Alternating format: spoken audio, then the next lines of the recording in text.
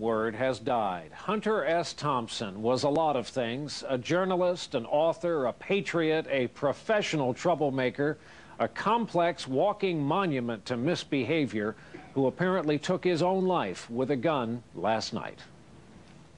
There were so many drugs, so much booze, so much raw talent. It was hard to tell his fiction from nonfiction. It's still hard to tell what Hunter S. Thompson was exactly. Stole my wallet. Two different Hollywood films tried, but the big screen in the end was too small to contain him. And yet he insisted it was never about him. The journalist. You guys are the actors. I'm going back to my original role. Back to my roots. Of course, it was all about him and his invention, a mixture of outrage and overstatement called gonzo journalism. It reached its peak with Fear and Loathing in Las Vegas and on the campaign trail. Hunter Thompson was the national affairs desk at Rolling Stone, and later the inspiration for a Doonesbury character. Among his many passions, guns, all the better when fired in a bathrobe, in the snow, at his Colorado outpost, where he died last night. Hunter S. Thompson received exactly 1 vote for vice president at the 1976 Democratic Convention. He did not leave a suicide note. His son found his body. He was 67 years old. Up next, as we continue. President Bush is visiting Europe. 3 well-known American artists passed from the scene this holiday weekend. Actress Sandra Dee died of kidney disease at a Los Angeles area hospital. She was 62. In the 1960s, Dee was the teen romance queen of Hollywood, starring in many films, including 3 with her husband, the pop singer Bobby Darin.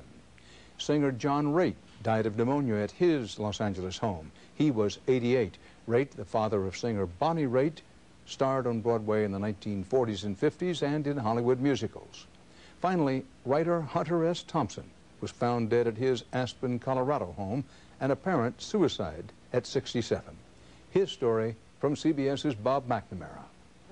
Hunter Thompson could have written the owner's manual for hard living, but he was too busy pioneering so-called gonzo journalism, first-person journalism, immersing himself in his often bizarre stories. For him, it was about kind of rampaging through society and culture and politics, mostly politics. Thompson authored nearly a dozen books that made him even more famous than the lives and the politicians he skewered. First time I went to a press conference with Jimmy Carter, I had to sign more autographs than Carter signed. And the Secret Service had no idea who I was. I thought I was an astronaut. A counterculture icon of the Vietnam and Watergate eras, Thompson's affinity for alcohol and drugs and firearms saw the legend he lived in films. You can't park your car here. Why not? Fear and Loathing in Las Vegas was the first Thompson classic adapted by Hollywood. He was the model for Uncle Duke in Gary Trudeau's comic strip Doonesbury. And in trendy Aspen, where he lived, he immersed himself in local issues like opposing an airport expansion. It's about who really runs the town and who's in charge here. Thompson's former editors today agree he was always copied but never duplicated. Words like genius and original are vastly overused, and I think there are few cases when they're warranted. And I think in Hunter's case, he was definitely an original. For all of his outrageousness, Hunter Thompson built a firewall around his personal life. And that has left even his closest friends without answers to why he would end it now. Bob McNamara, CBS News, Dallas. Still to come on the CBS Evening News. Why do many... Wow. He loved guns. Anyone who tried to interview Hunter Thompson quickly learned his reality was, well, different. That's why I'm so healthy, folks. I always roll my ice in chlorophyll before I drink whiskey. All right, what were you saying? Thompson's most famous work is the 1972 Fear and Loathing in Las Vegas. Terry Gilliam made it into a movie starring Johnny Depp. My blood is too thick for Nevada.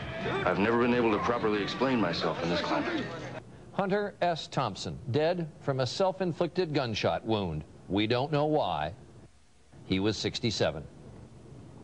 And when we come back, recasting George Washington as an action figure, dashing enough to catch